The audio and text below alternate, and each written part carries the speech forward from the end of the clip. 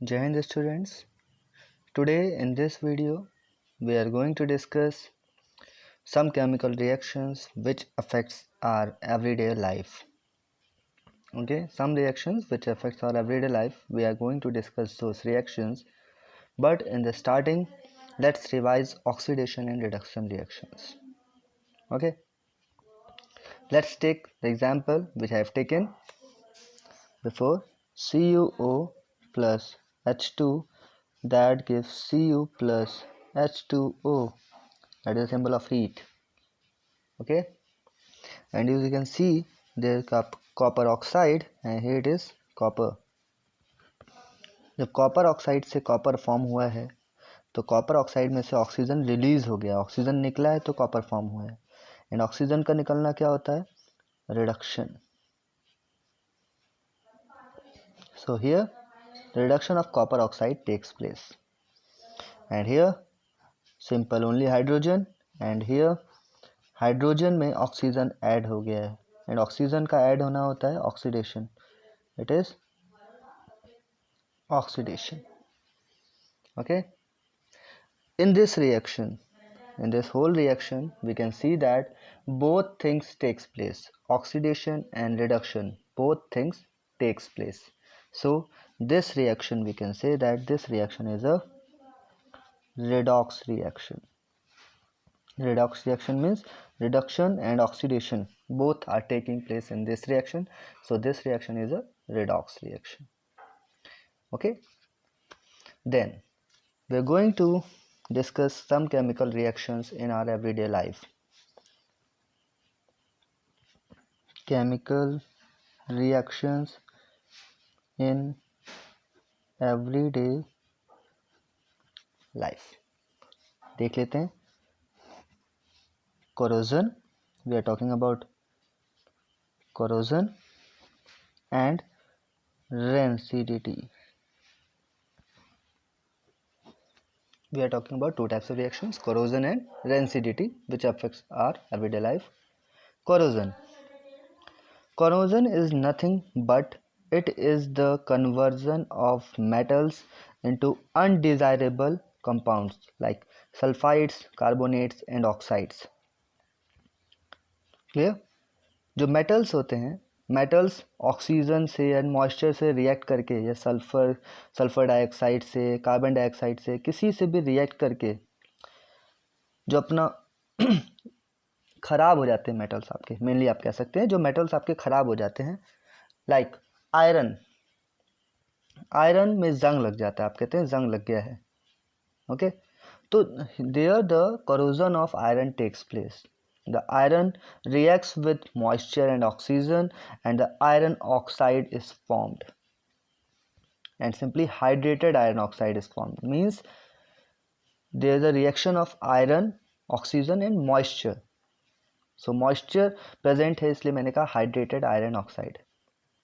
तो कभी भी कोई भी मेटल जिसका फॉर्मेशन हो जाए सल्फाइड, कार्बोनेट्स या ऑक्साइड्स, मतलब कोई मेटल ख़राब हो जाए, corrode हो जाए, that is the corrosion.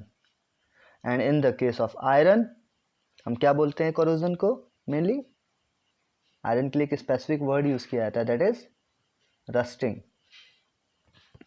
Normal metals के लिए हम कहेंगे corrosion, जो नॉर्मली हम मेटल्स के लिए यूज़ करते हैं, that is corrosion, the degradation of metal.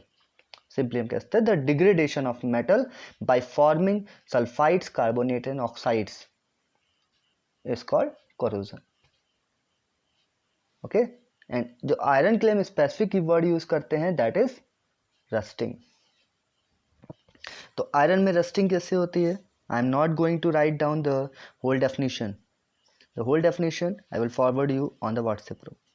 That is iron plus oxygen plus moisture, and I've written here X. Why I've written here X? Because it is not fixed how much moisture is there. Fe2O3 into XH2O, that is the hydrated ferric oxide. Hydrated ferric oxide, because here water, so hydrated ferric oxide. Clear? Iron reacts with oxygen in the presence of moisture and form hydrated ferric oxide.